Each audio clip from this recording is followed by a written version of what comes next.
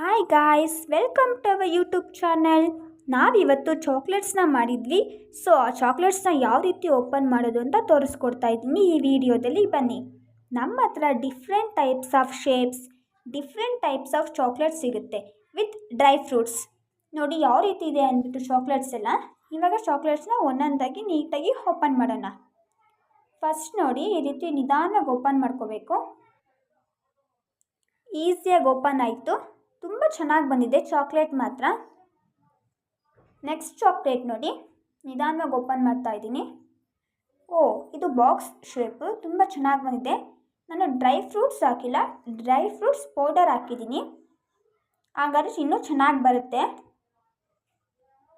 Next one ನೋಡಿ, next one ಕೂಡ ತುಂಬ ಚೆನ್ನಾಗಿ ಬಂದಿದೆ. ಡ್ರೈ ಫ್ರೂಟ್ಸ್ ಹಾಕಿದ್ರೆ ಮಕ್ಕಳಿಗೆ ಇಷ್ಟ ಆಗುತ್ತೆ ತಿನ್ನೋದಕ್ಕೆ. ಸೊ ಡ್ರೈ ಫ್ರೂಟ್ಸ್ ಆಪ್ಷನಲ್, ನಿಮಗೆ ಬೇಕಾದರೆ ಹಾಕ್ಕೋಬೋದು, ಇಲ್ಲ ಅಂದರೆ ಇಲ್ಲ.